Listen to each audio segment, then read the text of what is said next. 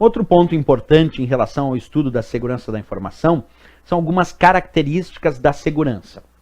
Quando eu digo características da segurança, eu posso elencar aqui que existem algumas características que caem mais em prova do que as outras. Claro, que eu vou abrir agora um leque mostrando várias características da segurança e depois a gente abre o debate individualmente em cada uma delas. Por exemplo, existe a característica da confidencialidade, essa é a garantia que os dados serão mantidos em sigilo.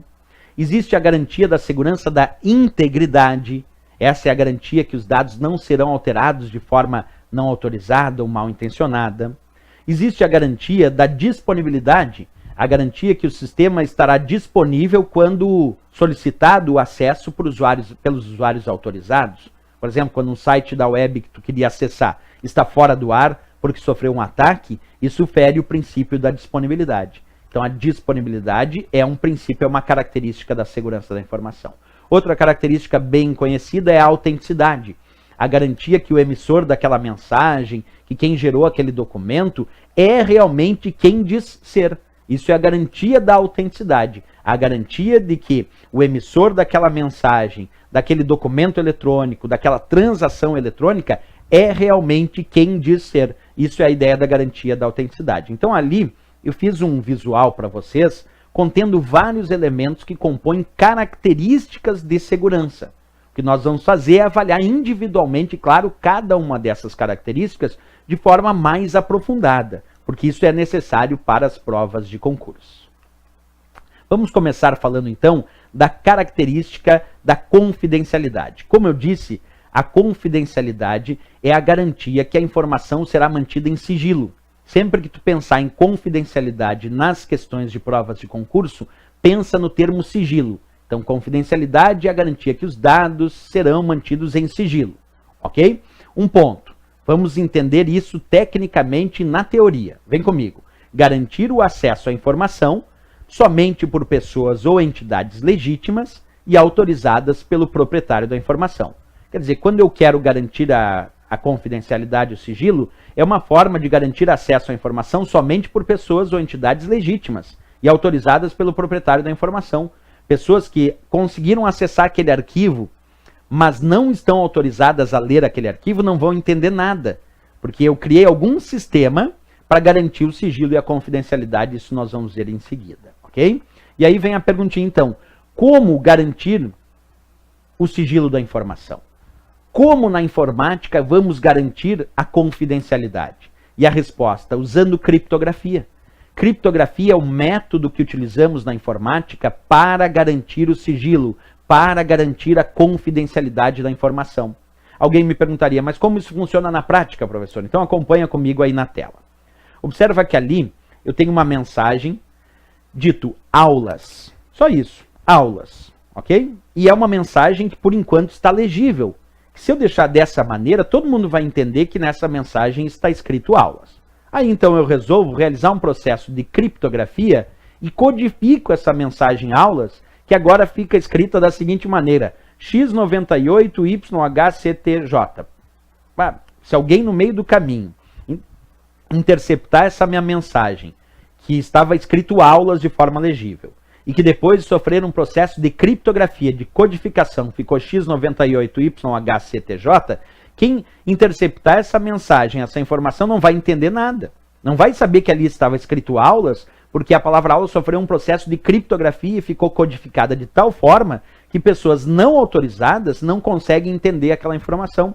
Então, no caso da criptografia, alguém até pode interceptar essa mensagem, mas como ela está codificada, criptografada, não vai entender nada.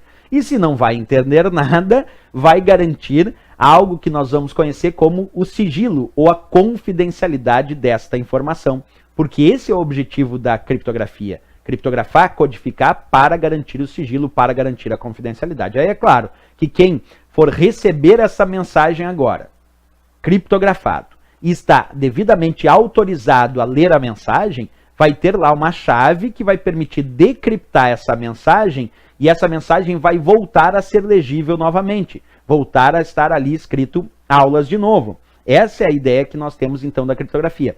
A mensagem estava legível, foi criptografada, percorreu um meio inseguro como a internet, de forma criptografada, garantindo o sigilo e a confidencialidade da informação, porque se alguém no meio do caminho interceptar não entende nada, mas quando chegou para a pessoa autorizada ler de fato aquela mensagem, essa pessoa usa um processo que vai decriptar essa mensagem, vai decodificar, e a palavra aulas vai voltar a aparecer de forma legível somente para essa pessoa autorizada. Então isso é um bom exemplo de um processo de criptografia que tem como objetivo, em relação aos conceitos de segurança da informação, garantir o sigilo e a confidencialidade desta informação.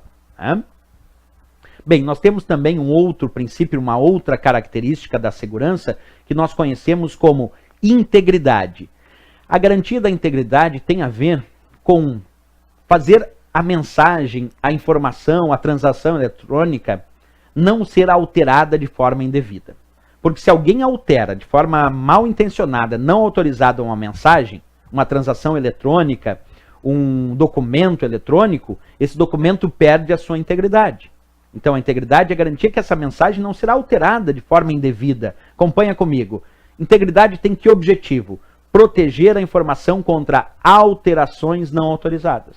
Essa é a ideia da integridade. Proteger a informação contra alterações não autorizadas. Nós vamos dizer que uma mensagem é íntegra quando a gente tem garantias que essa mensagem não foi alterada de forma não autorizada. Que alguém mal intencionado não acessou essa mensagem e alterou na sua originalidade. Isso é a garantia da integridade. Vamos dar exemplo de novo. Observe essa mensagem interessante. Nesta mensagem está escrito: a aula será realizada, a aula será hoje. Só isso. Ok? Vamos imaginar que o mal intencionado pegou essa mensagem no meio do caminho e alterou essa mensagem para a aula, e aí ele digitou: não será hoje. Então a mensagem original era: a aula será hoje. E aí o mal intencionado interceptou essa mensagem no meio do caminho e colocou a palavra não. E aí ficou: a aula não será hoje. Feriu o princípio da integridade.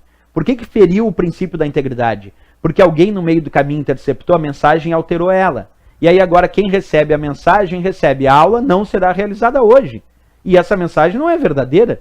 Portanto, neste meu exemplo, feriu o princípio da integridade, sim. Porque a mensagem que a pessoa recebeu lá no final não foi a mesma mensagem que a pessoa originalmente mandou.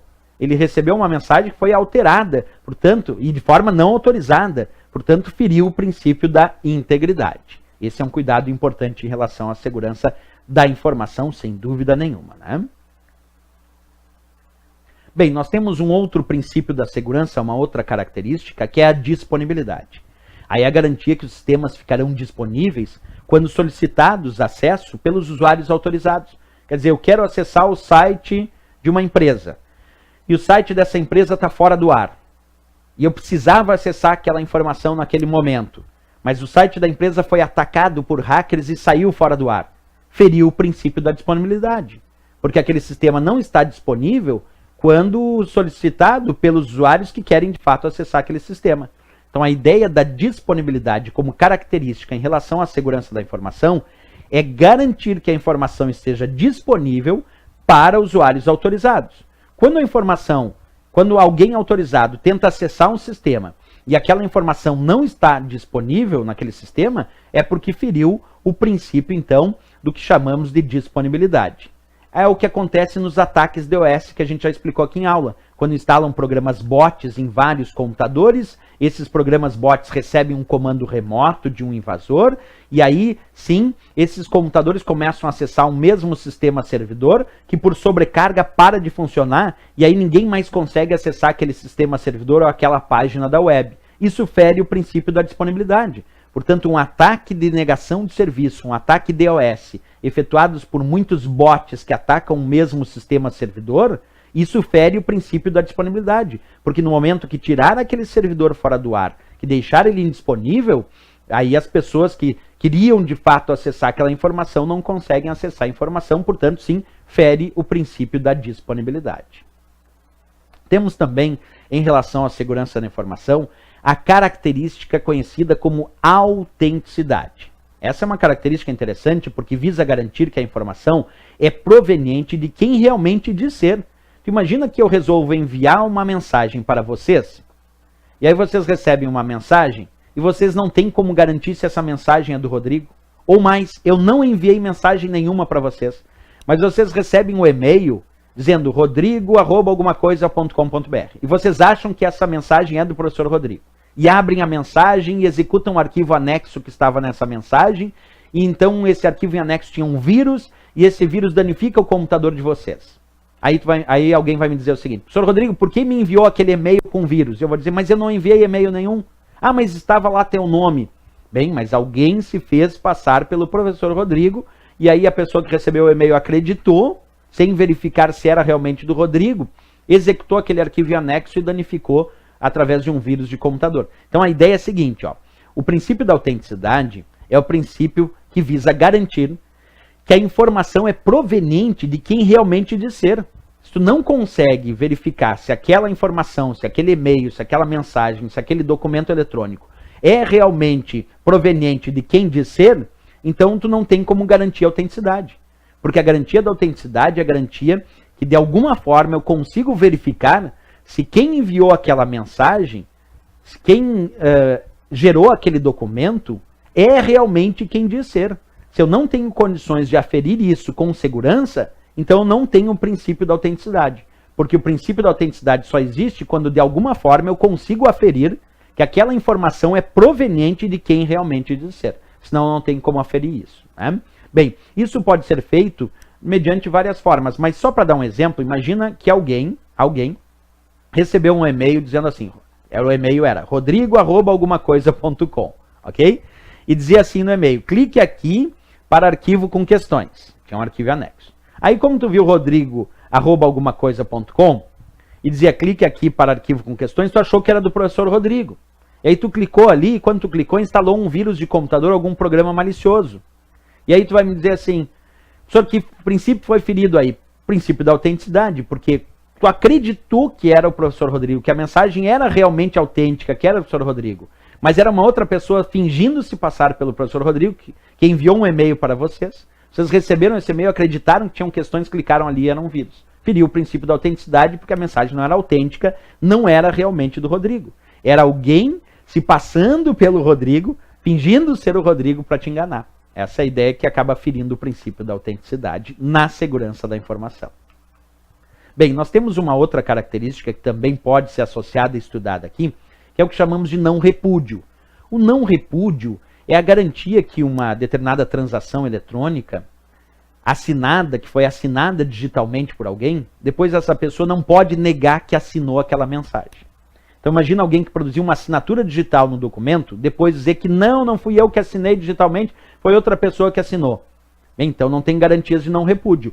A garantia de não repúdio existe quando alguém que assinou digitalmente um documento não pode negar a autoria. Quer dizer, a pessoa não pode dizer que não foi ela que fez aquele documento. Isso é da garantia de não repúdio, porque quando alguém consegue dizer que não fez aquele documento e as outras pessoas ficam desconfiadas, não sei, aí não tem garantias de não repúdio. Se um documento tem uma garantia de não repúdio, é porque eu tenho como aferir que quem assinou digitalmente esse documento foi realmente aquela pessoa, e que aquela pessoa não pode negar a autoria desse documento.